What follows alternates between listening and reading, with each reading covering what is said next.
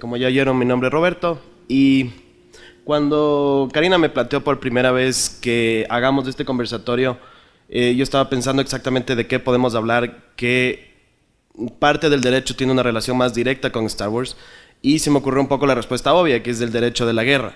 Entonces, lo que quiero hacer con ustedes y lo que les propongo hacer hoy día es analizar escenas específicas de las películas. En particular, me voy a enfocar en El Retorno del Jedi, que es la 6, la tercera de la primera trilogía y la sexta en el orden general, para ver ciertos elementos de las batallas desde el punto de vista del derecho internacional humanitario. El derecho internacional humanitario se encarga de regular los conflictos armados y por ende podría tener bastante relación en una película que se llama literalmente La Guerra de las Galaxias. Y entonces, pero no quise simplemente dedicarme a ver en abstracto las batallas, sino enfocarme específicamente en las acciones tomadas por la rebelión, es decir, por el lado que usualmente se considera como bueno. Y lo que quiero saber y lo que les invito a ver es si es que, al menos desde la perspectiva de las leyes de la guerra, somos tan buenos como pretendemos, o si tal vez en el proceso de ganarle al imperio, la rebelión cometió, digamos, errores o actos que pueden considerarse violaciones al derecho internacional humanitario y por ende violaciones al derecho de la guerra. Entonces, para comenzar, les voy a hacer una pequeñísima introducción de qué guía al derecho internacional humanitario para luego encuadrar el análisis en las escenas particulares. Como ya les dije, el derecho humanitario se encarga de regular los conflictos armados con dos objetivos principales. El uno, reducir el daño que los conflictos tienen en quienes no participan del mismo, es decir, civiles, enfermos, heridos de guerra, y en general cualquier otra persona que no está participando directamente en las hostilidades. Y dos, su otro fin es regular y controlar los medios que utilizamos para hacer la guerra, es decir, particularmente las armas. Entonces, una gran rama del derecho humanitario se encarga de proteger a las personas y otra gran rama se encarga de regular y limitar el uso de ciertas armas. Entonces, vamos a utilizar estas dos ramas del derecho para ir analizando escenas específicas. Para el derecho internacional humanitario hay tres principios básicos que guían básicamente todo el análisis. Y lo que vamos a hacer es básicamente aplicar esos principios a ciertas escenas de las películas. Estos, en primer lugar, el principio básico del derecho internacional humanitario es el principio de distinción. Según este principio, toda parte de un conflicto armado tiene que distinguir entre quienes están participando activamente en las hostilidades y quienes no. Y solo puede dirigir sus ataques en contra de quien está efectivamente participando en las hostilidades y no contra quien simplemente es un tercero o es un civil o cualquier otro tipo de persona, inclusive miembros de escuadrones humanitarios o cualquier persona que no está directamente participando en el conflicto. El segundo principio es el principio de necesidad militar. Según este principio,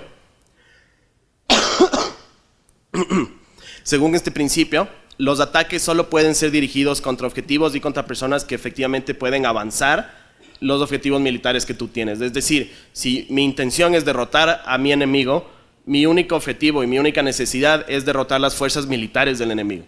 Si mi intención es derrotar al enemigo, destruir cosas como por ejemplo una represa eléctrica o simplemente casas de personas civiles, no ayuda en nada a mi objetivo militar y por ende está prohibido. Y el tercer principio es el principio de proporcionalidad, que básicamente regula los otros dos. Según el principio de proporcionalidad, tú puedes afectar a quienes no participan en las hostilidades siempre y cuando la necesidad militar sea más grande a las bajas que vas a cometer. ¿Qué significa eso? Si por ejemplo tú tienes que atacar, por lo general va a estar siempre prohibido atacar un hospital, pero si en un momento exacto toda la cúpula militar de tu enemigo, toda la parte más grande y, digamos, sus armas más importantes están dentro de ese hospital y tú puedes justificar que tu necesidad militar es más grande que el daño que vas a causar a las personas, entonces bajo el derecho humanitario tú podrías llegar a atacar ciertos lugares que por lo general están prohibidos. El estándar aquí es si tu necesidad militar es más grande que el daño que vas a causar a las otras personas. Entonces, el derecho humanitario, como pueden ver de este último principio, es un derecho práctico. Es un derecho que no pretende ignorar cómo funciona la guerra y qué es lo que realmente pasa en una guerra. Y lo que pretende más bien es limitar los efectos. Entonces, esta es la primera escena que quiero tratar con ustedes. Cuando estaba preparando este conversatorio, volví a ver El Retorno del Jedi y me di cuenta que nunca me había fijado qué es lo que realmente está pasando en esta escena y fue la que más me llamó la atención de las que quería conversar con ustedes. En esta escena, Citripio es capturado, Citripio y el resto de la rebelión, Luke, Leia, Han Solo, son capturados por los Ewoks, y los Ewoks se los llevan y tienen la intención de básicamente cocinarlos. Y tienen la intención de cocinarlos porque para los Ewoks, Citripio, que es el doradito, es un dios, lo consideran una deidad, lo ven y asumen automáticamente que él es un dios. Inclusive él mismo dice que de lo que les entiende del idioma, creen que él es un dios. Entonces, como creen que él es un dios, deciden cocinar a las otras personas para ofrecerlas como banquete a el dios Citripio. Entonces, ¿qué pasa después? Luke, utilizando la fuerza, les engaña a los Ewoks, le dice a Citripio que les diga que si es que no hacen lo que él dice, él va a usar la magia y les va a hacer daño, y utilizando la fuerza, él eleva a Citripio en una silla y lo hace flotar. Eso hace que los Ewoks se mueran de miedo y básicamente hacen lo que Luke quería que hicieran. ¿Y qué termina pasando? Que Luke que convencen a los Ewoks de participar en el conflicto desde su lado. Esto significa que Luke utilizó un personaje religioso, es decir, una persona de culto, de alto valor religioso para los Ewoks, Citripio, para manipularlos a que participen en un conflicto. Aparte de que esto moralmente es bastante cuestionable, es una clara violación en particular del protocolo adicional segundo a los convenios de Ginebra, que regula los conflictos de carácter no internacional, como en este caso sería porque estamos tratando un Estado o el imperio, que podríamos entenderlo como un Estado, adaptando los conceptos, y la rebelión, que podríamos entenderla como un grupo insurgente, como una guerrilla o como le quieran ver. Entonces, básicamente, aquí hay una violación clarita al artículo 18 del protocolo adicional segundo, porque Luke está utilizando bienes que tienen un alto contenido religioso y alto valor para los Ewoks, y los está manipulando para que cumplan sus intereses. Desde un punto de vista del derecho humanitario, esta sería una grave violación a las normas que regulan la guerra, y implicaría además que todas las muertes que se generen de los Ewoks en el futuro, y que se van a generar bastantes cuando tienen ya la guerra contra el imperio, son directamente relacionadas a la manipulación de Luke y digamos al uso, si queremos, nocivo que él hizo de la fuerza. Entonces, yo no me había fijado en esto, y cuando volví a ver la película me di cuenta que eso es lo que está pasando, y cuando lo ves desde ese punto de vista, es un poquito como, al menos preocupante, de que el lado bueno, digamos, o los Jedis, hayan haya utilizado la fuerza de esa forma y hayan manipulado a todo un grupo que podríamos llamar indígenas, si queremos, a participar en un conflicto del cual ellos no tenían nada que ver. Podemos ver ciertas correlaciones a cómo ciertas civilizaciones han manipulado elementos religiosos para convencer a otras civilizaciones que participen en conflictos en los que realmente no tienen mucho que ver. Y esto es exactamente lo que ocurre aquí. A partir del miedo, porque lo que Luke hace no es convencerlos utilizando, digamos, tácticas buenas, sino que lo que hace es asustarlos a los Ewoks, que son realmente unas criaturas que al menos nos hacen pretender o nos hacen entender que son primitivas. Entonces manipula criaturas primitivas para utilizarlas para sus propios fines bélicos. Pasemos a la siguiente. Esta es la siguiente escena que quería hablar con ustedes. Después de que convencen a los Ewoks de participar en la batalla, arman esta trampa. Lo que está pasando en esta escena es que justamente están haciendo una trampa en donde un grupo de la rebelión está pretendiendo que se está rindiendo para sacar a toda la gente que está en la esto es, digamos, una base en donde están los escudos que necesitan desactivar para poder atacar a la Estrella de la Muerte. Entonces, para poder llegar a la Estrella de la Muerte tienen que primero desactivar los escudos. Para desactivar los escudos tienen que infiltrarse en esa base militar y tienen que desactivarla. Lo que hacen para eso es pretender que se están rindiendo para que quienes están en la base militar salgan, y cuando salen son sorprendidos, es justo la escena que está ahí, y a partir de ahí básicamente logran entrar y capturar la base militar y desactivar los escudos. Esto, desde el punto de vista del derecho internacional humanitario, se llama perfidia.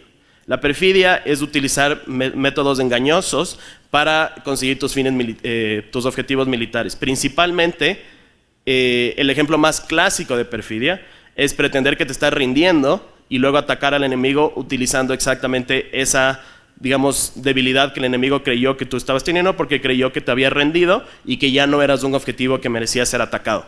Desde el punto de vista del derecho penal internacional, esto constituye un crimen de guerra. está tipificado en el Estatuto de Roma, en el artículo 8.2, la perfidia como un crimen de guerra. Entonces, realmente lo que la rebelión está haciendo aquí, en esta escena, es cometiendo un crimen de guerra clarísimo, que podría ser, digamos, en teoría, perseguido ante la Corte Penal Internacional. De ahí quería hablar sobre la Estrella de la Muerte en específico desde dos puntos de vista. Como les dije, el derecho humanitario también se encarga, una gran rama del derecho humanitario se encarga en regular los métodos de guerra, es decir, las armas. ¿Qué armas se pueden utilizar? ¿Qué armas no se pueden utilizar? Básicamente siguiendo los principios que ya les mencioné y siguiendo el principio de causar el mínimo daño necesario, es decir, no causar ningún sufrimiento que sea innecesario. Por eso, por ejemplo, una arma que está prohibida son las balas que se llaman, que se llaman racimo, que cuando explotan dentro del cuerpo se abren en un montón de trocitos más chiquitos. Esa arma está prohibida porque se considera que una vez que ya te dispararon, el objetivo ya está cumplido, que es básicamente como inmovilizarte, y que todo ese sufrimiento adicional no es necesario, y por ende esa arma está prohibida. Entonces la pregunta que yo quería hacer respecto a la Estrella de la Muerte es si es que veríamos a la Estrella de la Muerte desde un punto de vista del derecho humanitario, y adaptándole obviamente al derecho humanitario a un conflicto intergaláctico y no en un planeta, si podría haber un contexto en donde utilizar una Estrella de la Muerte o una arma parecida podría estar permitido o no. Para ello, obviamente, como aquí digamos, en la realidad no tenemos nada similar a la Estrella de la Muerte, para este análisis me pareció útil aplicar los estándares que se usan a las armas más parecidas que tenemos, que son las armas nucleares. Las armas nucleares no tienen realmente una regulación específica en el derecho internacional humanitario. Lo único que realmente existe sobre ellas, digamos, como fuentes del derecho que se refieran específicamente a si las armas nucleares están permitidas o prohibidas, es una opinión consultiva de la Corte Internacional de Justicia de 1996, que justamente trata sobre la amenaza y el uso de armas nucleares en el contexto de un conflicto armado. Y lo que la Corte Internacional de Justicia concluyó es que, como no existe ninguna prohibición convencional o de costumbre respecto al uso de las armas, para saber si están permitidas o no, tendríamos que utilizar los tres principios que les mencioné: distinción, proporcionalidad y necesidad militar. Si es que en un contexto específico el uso de armas nucleares respetara esos principios, entonces podría estar permitido. Lo que la Corte Internacional de Justicia concluyó es que, por lo general, en básicamente todos los casos, la proporcionalidad y o sea, el daño que puede generar una arma nuclear nunca va a ser proporcional al daño al objetivo militar que puedas obtener de ella. Entonces, si por ejemplo un arma nuclear te sirve para destruir las defensas del enemigo, en el proceso vas a generar un daño a civiles y al medio ambiente inclusive tan grande que nunca podría estar permitido en base al principio de proporcionalidad. Pero dejó abierta la puerta de que podría existir un supuesto, al menos en teoría, en donde la necesidad militar sea tan grande, tan imperante, tan urgente, y el daño que tú puedas hacer tan controlado. El ejemplo que ellos ponían es básicamente una base militar que esté en la mitad del océano, que tú puedas explotar un arma nuclear ahí y el daño que tú generes no sea mayor al objetivo militar que vas a ganar, y que en teoría al menos un arma nuclear podría llegar a estar permitida bajo el derecho humanitario en ese contexto específico. Entonces, utilizando esos conceptos, adaptémoslos a la Estrella de la Muerte. La Estrella de la Muerte es un arma que tiene la capacidad de explotar y básicamente vaporizar un planeta entero.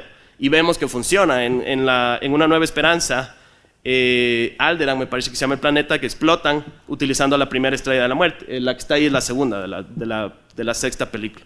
Entonces, sabemos que la Estrella de la Muerte puede destruir planetas enteros.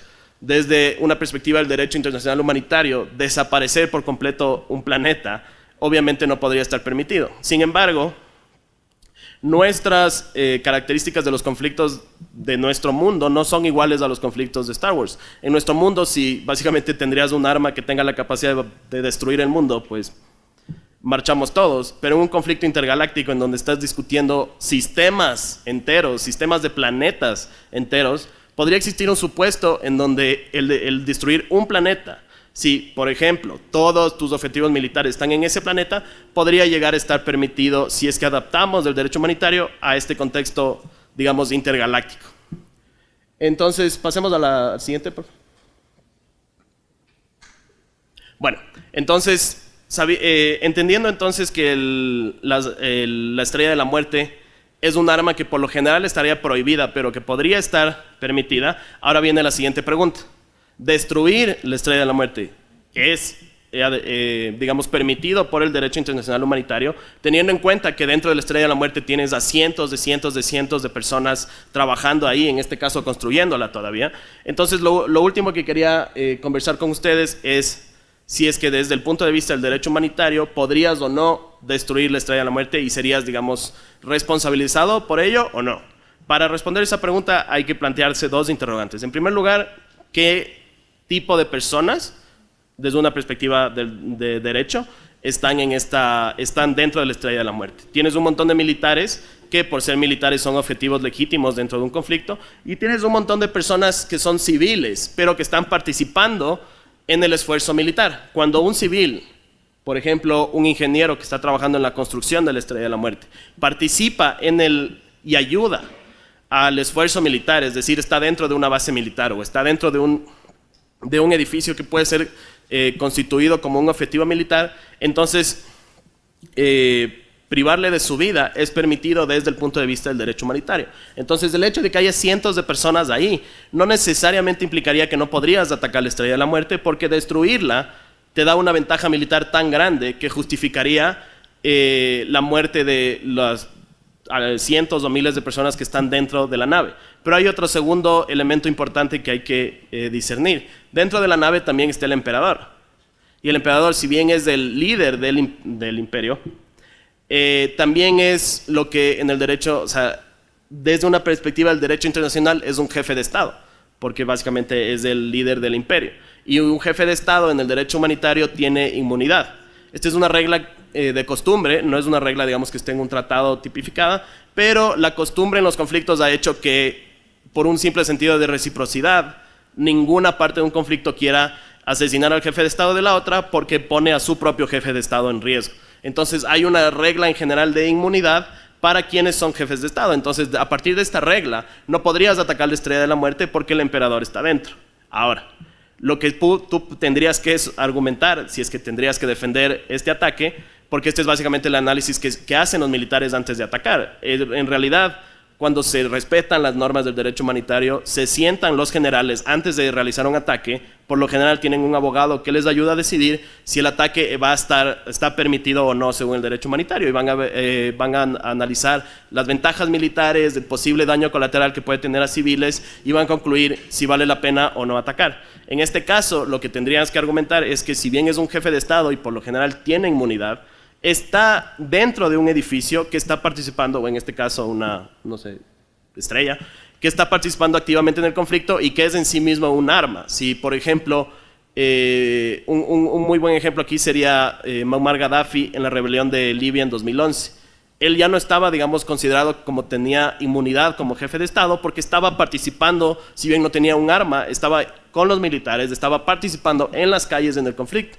Entonces, cuando eventualmente los rebeldes lo capturaron y lo asesinaron, no se vio como si estuvieras vulnerando esta regla, porque él estaba con uniforme militar y participando directamente en las hostilidades. Entonces, en este caso, si bien el emperador está dentro y es un jefe de Estado, podrías tener suficientes argumentos que justifiquen destruir la estrella de la muerte, porque básicamente con esto destruyes al imperio, y es lo que efectivamente pasa. Cuando Lando logra lanzar los protones por la muy conveniente puesta debilidad de la estrella de la muerte explota y básicamente el imperio se acaba. Si bien en las próximas películas vemos que no se acabó del todo.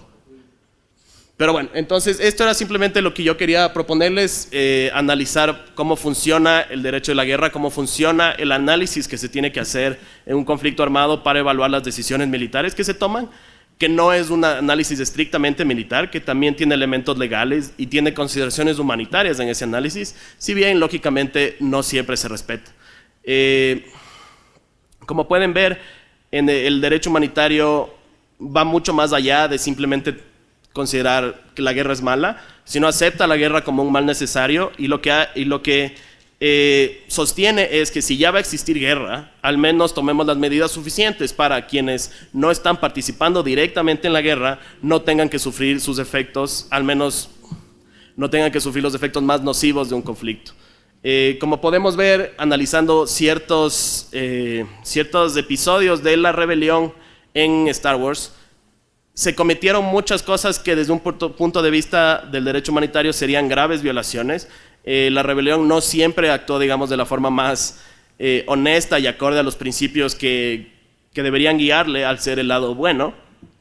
Y esto nos ayuda un poco a conectar con la idea de que, y como se ha explorado en la última película, sobre todo en el Retorno del Jedi, en el último Jedi, que la fuerza no es tan blanco y negro como siempre se afirmó, que siempre hay grises en ambos lados y tanto Rey en las últimas películas como Luke pasan por todo un proceso de experimentar con ambos lados y lo único que importa es que al final guíes tus acciones de tal forma que intentes cumplir con esos principios, si bien no siempre lo logres. Entonces la rebelión logró ganarle al imperio, logró destrozar a una fuerza que al menos según como nos la pintan en las películas es extremadamente malvada y nociva, porque las películas hacen un gran esfuerzo en diferenciar entre el malo imperio y todo lo que está asociado al mal con el imperio y todo lo bueno con la rebelión.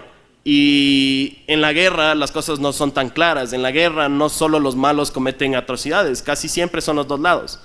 Y analizando estos ejemplos, espero que puedan más o menos ver cómo funciona el análisis que tiene que hacer una persona que se dedica al derecho internacional humanitario cuando analiza los conflictos. Muchas gracias.